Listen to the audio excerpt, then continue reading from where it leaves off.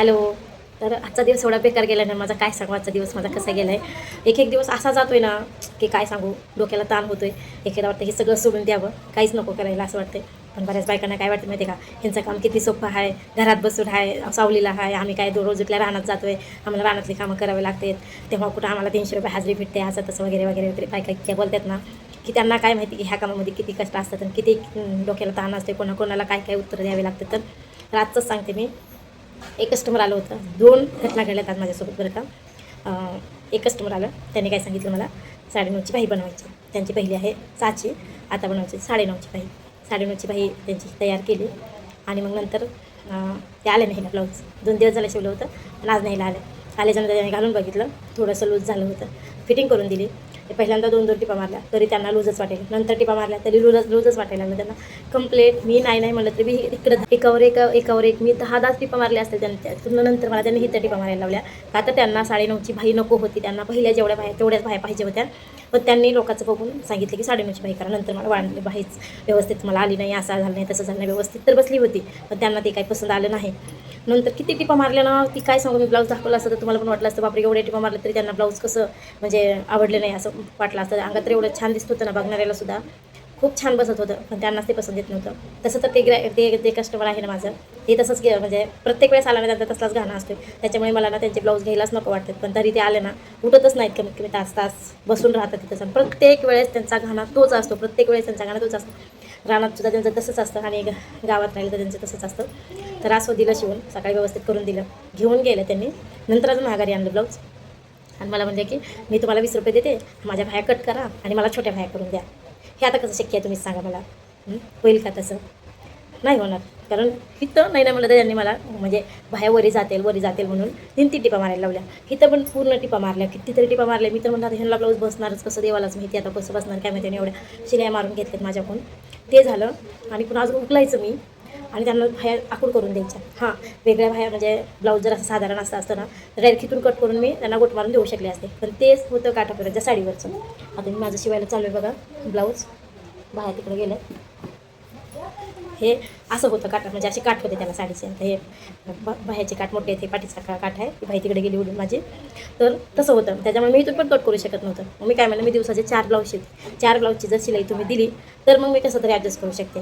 एका ब्लाऊजसाठी तुमच्या मला अख्खा दिवस घालवावं लागेल, मग मला कसं परवडणार आहे तेवढं. आणि तुमच्या 20 रुपयाने माझं काय होणार आहे, 100 रुपये जरी दिलं तर माझ्यानं परवडणार नाही. काय काय काय काय बोलले आणि कसं तरी त्या कस्टमरला महागारी पाठवलं, गेले गपचिप. कारण चुकी त्यांची होती, माझी चुकी नव्हती.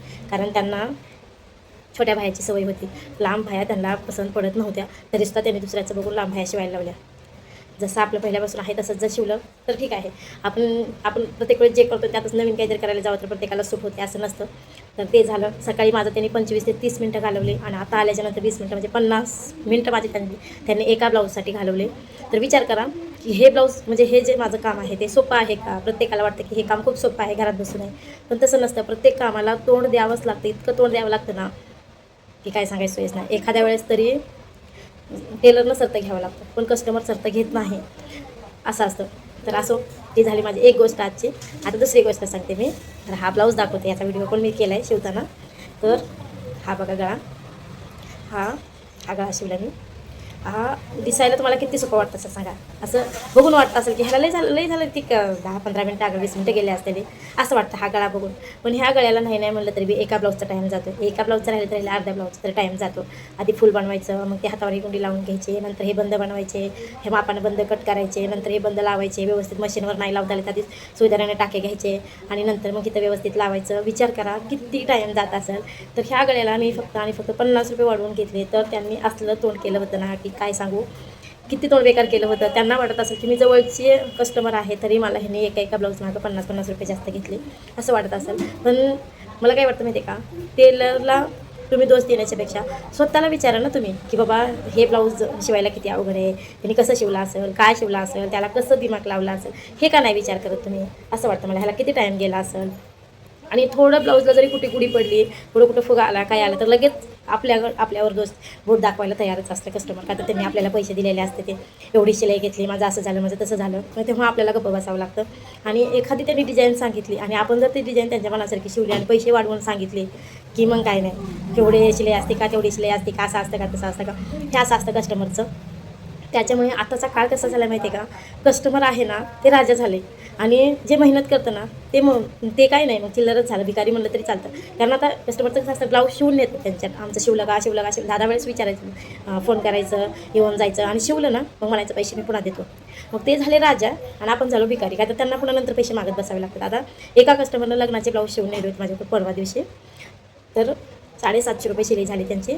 आज कंप्लीट 4 दिवस झालं, अजून पण त्यांच्या शिलाईचा पैसा आलेला नाही. मी काल फोन केला त्यांना की ह्याचाच पैसे, हो म्हणल्या देते मी, अजून पण त्यांचा पैसा आलेला नाही. मग विचार करा, आपण कष्ट करायचे, आपण शिवायचे आणि नंतर त्यांना मागत बसायचं.